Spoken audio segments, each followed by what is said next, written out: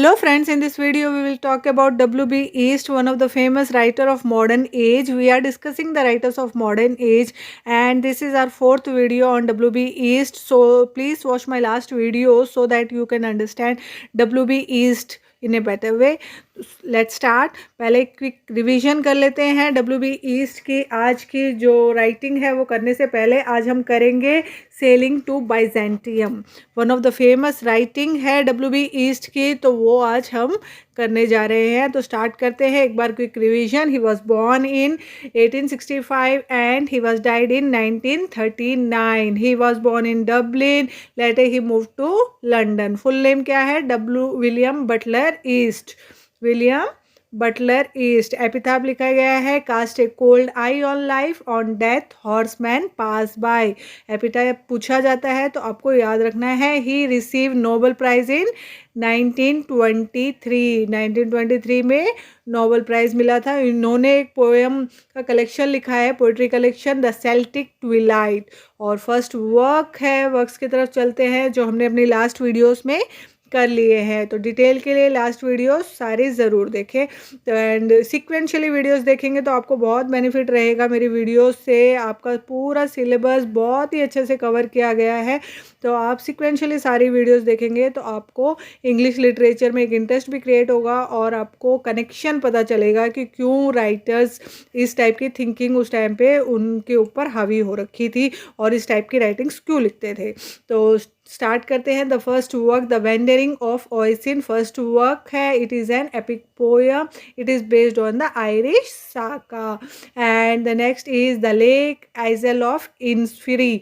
तो ये हमने स्कूल टाइम कॉलेज टाइम में भी ये पोयम पढ़ा है, लेकिन हम धीरे धीरे स्किप करते जाते हैं टॉपिक्स को, तो वो नहीं करना है। अब हम डिटेल में सारा ये कर चुके हैं। The Lake Isle of Innisfree, तो बहुत बार हेस्टेट में सी टेट में इस क्वेश्चंस आते हैं, तो आपको याद रखना है। इसमें फेमस लाइन है, I will arise and go now, I will arise and go now। The next हमने राइटिंग करी थी song of wandering Aengus, song of wandering Aengus. और लास्ट लाइन है इसकी, the silver apples of the moon, the golden apples of the sun. और यही same lines किसने ली है? अपने शॉर्ट स्टोरी कलेक्शन में रे ब्रैडबरी ने यूज़ करी है, the golden apples of the sun. Okay. And the next is Easter 1916। ये बहुत इंपॉर्टेंट राइटिंग है, तो इसको हमने डिटेल में किया था, Easter 1916। And it is talking about the rising of Ireland. Videos को धीरे स्किप करके आपको नोट्स बनानी है तो आप नोट्स भी प्रिपेयर कर सकते हैं। बहुत ही बेनिफिशियल मटेरियल, बहुत ही इम्पॉर्टेंट मटेरियल जो है ये आपको मैंने प्रोवाइड कराया है। तो इतना पूरा जो आपकी जो बुक्स होती है, इतना आप ज़्यादा पढ़ेंगे उतना ही कंफ्यूज होते जाएंगे। तो इसमें इतना ही दिया गया है जितना आपको यूज़फुल है, जितना आपको चाहिए, तो उससे नॉट मोर देन दैट। तो ये इनकी राइटिंग थी। The next is the no second Troy. तो सेकेंड ट्रॉय मतलब और हमें ट्रॉय वॉर नहीं चाहिए। एक हेलेन के लिए हो चुका है, तो दूसरा मॉडगॉन जो उनकी जिससे वो प्यार करते थे डब्ल्यू बी ईस्ट, और मॉडगॉन ने उन्हें रिजेक्ट कर दिया था डब्ल्यू बी ईस्ट को। तो ये बोलते हैं कि मुझे सेकेंड वॉर नहीं करना है, नो सेकेंड ट्रॉय। तो वो शांति ठीक है, beauty is like a destruction, इसमें बात करते हैं। And the next is in memory of Major Robert Gregory. तो मेजर रॉबर्ट ग्रीगरी कौन थे? लेडी ग्रीगरी जो उनकी फ्रेंड थी, उसके बेटे थे, उसके ऊपर इन्होंने ये लिखा है, in memory of Major Robert Gregory. The next is the second coming, मतलब जीसस क्रिस्ट सेकेंड बार आएंगे। कौन आएगा? डेविल आएगा कि जो भगवान गॉड आएंगे, तो उसके ऊपर ये है द सेकेंड कमिंग। तो ये आपको ब्लैंक वर्ड्स में लिखी गई है और हमने इसको डिटेल में कर लिया था। ओपनिंग लाइंस हमेशा हर एक की इम्पोर्टेंट होती है, जो पोएम्स है फेमस राइटर्स के, तो आपको याद रखनी है। Turning and turning in the wandering guide, the falcon can not hear the falconer. Falcon stands for God and falconer stands for entire humanity. तो ये आपको याद रखना है। एंड चिनुआ अकेवे, दो अफ्रीकन राइटर है, उन्होंने थिंग्स फॉल अपार्ट इसी में से लिया है, द सेकेंड कमिंग में से उन्होंने अपना टाइटल लिया है। द नेक्स्ट हमने करा था कल की वीडियो में, the tower, a vision and among school children, जो वो विजिट कर रहे थे स्कूल में, तब ये उनके दिमाग में चल रहा था अमोंग स्कूल चिल्ड्रन। तो जिसमें इन्होंने प्लेटो की, एरिस्टोटल की, पाइथागोरस की बात करी है, द फेमस फिलोसफर्स है ये, और ये राइटिंग इन्होंने ओट्टोवा रीमा में लिखी है। तो ये आपको याद रखना है। लेडा एंड द स्वैन कल की वीडियो में हमने कंप्लीट कर लिया था। तो जैसे कि मैंने बताया, आज की वीडियो में हम करेंगे sailing to Byzantium, sailing to Byzantium. तो let's talk about the sailing to Byzantium. It was published in 1926 में पब्लिश हुआ था। It is talking about figure of a old man, and this old man says that I would not like to be in this island any more. तो वो बोलते हैं कि भाई मुझे अब और ज़्यादा नहीं रहना है। एक ओल्ड मैन की बात हो रही है और वो कहते हैं कि बस मुझे इस आइलैंड पे और ज़्यादा नहीं रहना है। And because island is not A correct place for old man like me. और बोलते हैं कि आइलैंड मेरे जैसे बूढ़े आदमी के लिए एक सही जगह रहने की नहीं है। Because island is indulge in materialistic pressure. तो मटेरियलिस्टिक प्रेशर ज़्यादा बना हुआ है, इंडस्ट्रीज आ रही है और ज़्यादा प्रेशर बना हुआ है, तो उसके लिए मुझे अब इधर नहीं रहना।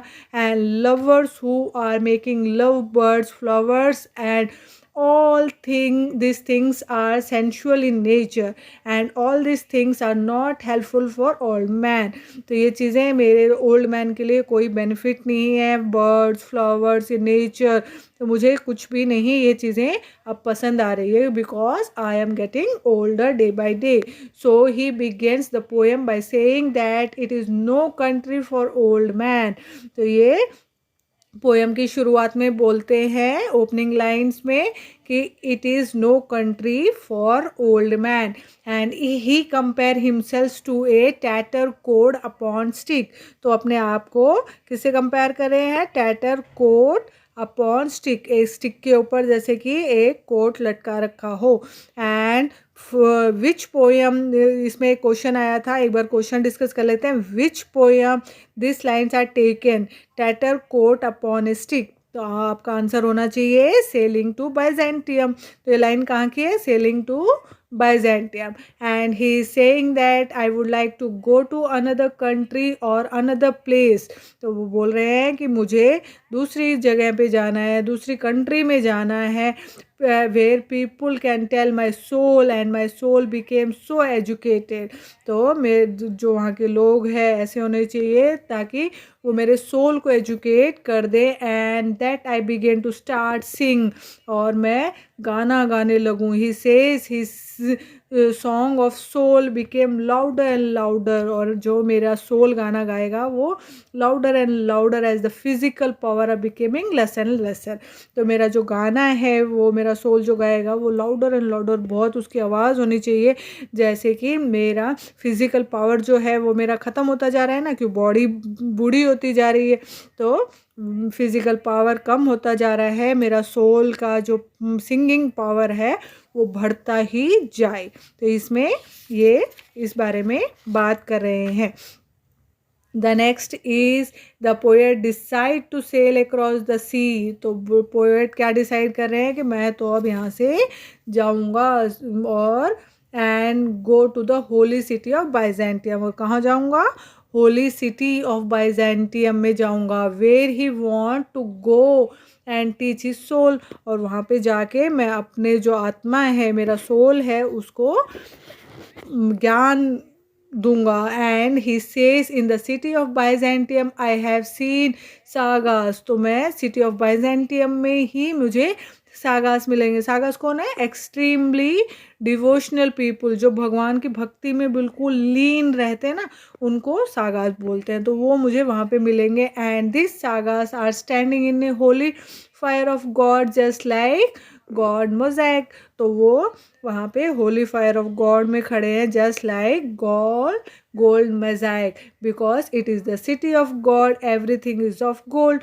तो ये क्या है? सिटी किसकी है? भगवान की, इसलिए हर चीज़ गोल्ड की है। ही वॉन्ट्स सागास to make his soul pure and free from all desire. तो वो सागास को कहना चाहते हैं कि मुझे मेरे जो सोल है उसको बिल्कुल पवित्र कर दो, और मेरे सारे जो इच्छाएं हैं है, डिज़ायर्स है, उनसे मेरे को मुक्ति दिला दो बस, मुझे और इच्छाएं, मेरी डिज़ायर्स और नहीं चाहिए।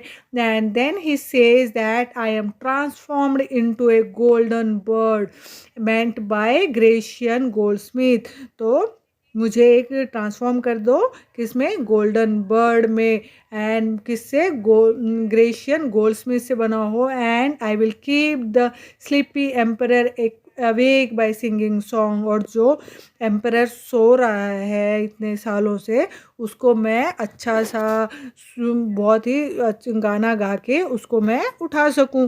आई would like to sit on a golden bough, तो मैं गोल्डन बो पे बैठना चाहता हूँ, मतलब डाली पे। And there I will sing of past present and future, और वहाँ पे मैं गाना गाऊंगा किसके बारे में, अपने पास्ट के बारे में, प्रेजेंट के बारे में और फ्यूचर के बारे में। And Byzantium is all about regenerating the art and culture that existed in the holy city. तो बाइजेंटियम किसके बारे में है, regenerating the art and culture, तो उनको जो आर्ट एंड कल्चर ख़त्म हो चुका है उसको रीजनरेट करना है फिर से, दैट जो कहाँ पे बसता है, होली सिटी ऑफ बाइजेंटियम में जो है। तो लास्ट ईयर्स के पेपर के क्वेश्चन देख लेते हैं, लास्ट में क्वेश्चन कौन से आ रखे हैं, और यहीं पे ये ख़त्म होता है सेलिंग टू बाइजेंटियम, जहाँ पे वो बोलते हैं there I will sing of past and present and future. तो इसमें क्वेश्चंस देख लेते हैं लास्ट ईयर्स के पेपर में जो नेट के पेपर्स में आ रखे हैं। Question is sailing to Byzantium is about, तो सेलिंग टू बाइजेंटियम किसके बारे में है, regenerating the art and culture that existed in the holy city of Byzantium. तो आपको ये आंसर टिक करना है। The next is which of the following poems talk about leaving the sensual world for artifice of eternity? Means you think about salvation and renounce the sensual world. तो किस में है ये बात, sailing to Byzantium. The next is two lines दी गई है इसमें are given. तो lines are consume my heart away, sick with desire and passion towards dying. तो ये लाइन किस में है, सिक विद डिजायर्स, तो ये लाइन है sailing to Byzantium. The next is phrase दिया गया है moment of unageing intellect, moment of unageing intellect, तो ये इसकी फ्रेज है सेलिंग टू बाइजेंटियम में। तो अगला जो है राइटिंग वो कर लेते हैं, the last writing of WB east. इसके बाद में सिर्फ 2-3 राइटर ही रहते हैं, उसके बाद में हम पोस्ट मॉडर्न एज करना शुरू कर देंगे जो बहुत ही इम्पोर्टेंट है, आजकल ज़्यादातर क्वेश्चंस उसमें से पूछे जाते हैं। तो स्टार्ट करते हैं, Coole Park and Ballylee, Coole Park and Ballylee, okay 1931 में पब्लिश हुई थी। This was written to Lady Gregory who is the cofounder of Dublin Abbey theatre. तो उन्होंने जो अबे थिएटर दोनों ने जो शुरू किया था, WB ईस्ट ने और लेडी ग्रेगरी ने, तो को फाउंडर थी, कौन थी, लेडी ग्रेगरी उसकी। And in this poem he is talking about the visit he made to Coole Park. तो इसमें WB ईस्ट हमें बताते हैं जो विजिट उन्होंने करी थी कूली पार्क, एक प्लेस का नाम है, वे लेडी ग्रेगरी इज़ डाइंग, जहाँ पे लेडी ग्रेगरी मर रही है बिकॉज ऑफ कैंसर, उनको कैंसर हो गया है। And this work is the meditation on the death and on the experience of dying। तो ये उनके बारे में है, जो कैसे वो तड़प रही है, कैसे वो मर रही है, एक्सपीरियंस ऑफ डाइंग के बारे में ये है। इसमें एक इम्पॉर्टेंट फ्रेज है, ज़्यादा इसमें पढ़ने की ज़रूरत नहीं है, आपको किसके बारे में है वो याद होना चाहिए। एंड इसमें जो इम्पोर्टेंट फ्रेज है, sound of stick upon the floor, sound of stick upon the floor, तो ये इम्पॉर्टेंट फ्रेज है, ये आपको याद रखना है। तो आज की वीडियो में इतना ही। मेरी वीडियोस आपको अच्छी लगे तो प्लीज़ चैनल को लाइक शेयर एंड सब्सक्राइब कर लें। जब भी वीडियोस किसी की भी अच्छी लगे तो बच्चों लाइक ज़रूर किया करें, जो बनाने वाला बहुत मेहनत से बनाता है, अपना कीमती समय आपके लिए दे रहा है। तो आप बस इतना लाइक और सब्सक्राइब और अच्छी अच्छी कमेंट कर देंगे तो ही उसका हौसला बढ़ जाता है। तो अगर आपको कोई डाउट हो तो ज़रूर कमेंट करिएगा, मोटिवेट करने के लिए भी कमेंट करिएगा।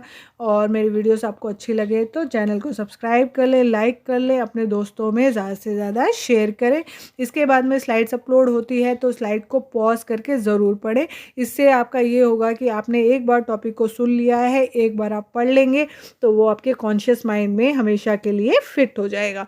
और जब भी आपके सामने इस टाइप के कोई भी क्वेश्चंस आएंगे तो आप इजीली फाइंड आउट कर सकेंगे कि करेक्ट आंसर कौन सा है।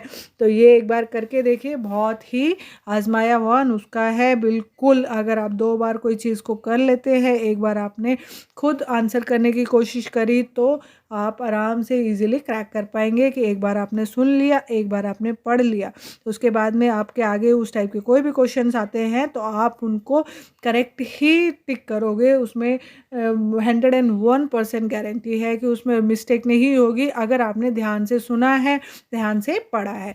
तो इसमें मेरी वीडियोस अच्छी लगे तो फिर से कहूँगी, please like share and subscribe my channel and have a great day. Thank you for watching.